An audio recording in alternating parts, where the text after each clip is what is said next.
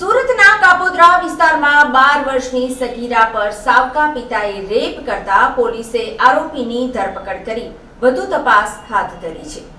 કાપોદ્રામાં ભાડાના મકાનમાં રહેતી 12 વર્ષની સગીરા પર સાવકા પિતાએ રેપ કર્યો છે। સગીરા ઘરેથી બહેનપણીને ત્યાં ચાલી ગઈ હતી। આથી માતાએ આ બાબતે પૂછ્યું ત્યારે સાવકા પિતાની ગંદી હરકતોની પોલ ખુલ્લી પડી હતી।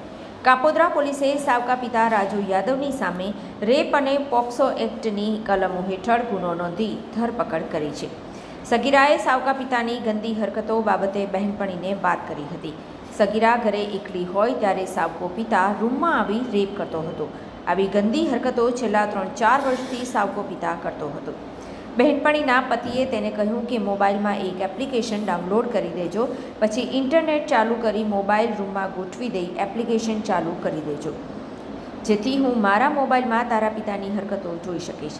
રાત્રિના સમયે સગીરા પાસે તેના પિતા આવ્યા અને સગીરા સાથે ગંદી હરકતો કરવા લાગ્યા હતા, જેથી બહેનપણીના પતિએ મોબાઈલમાં સ્ક્રીનશોટ પાડી દીધો। પછી સગીરાએ માતાને આ ફોટો બતાવ્યા, જેમાં આખો મામલો સામે આવ્યો। કતારગામમાં 15 વર્ષની સગીરાને લગ્નની લાલચ આપી 22 વર્ષના યુવકે અપહરણ કરી બળાત્કાર કર્યો છે। યુવક સગીરાનું અપહરણ કરી વિવિધ જગ્યાએ લઈ ગયો હતો।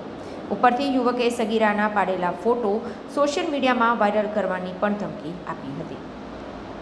હાલમાં કતારગામ પોલીસે ગુનો નોંધી 22 વર્ષીય યશ દુર્લભ ટાંકની સામે રેપ અને પોક્સો એક્ટની કલમો હેઠળ ગુનો નોંધ્યો છે।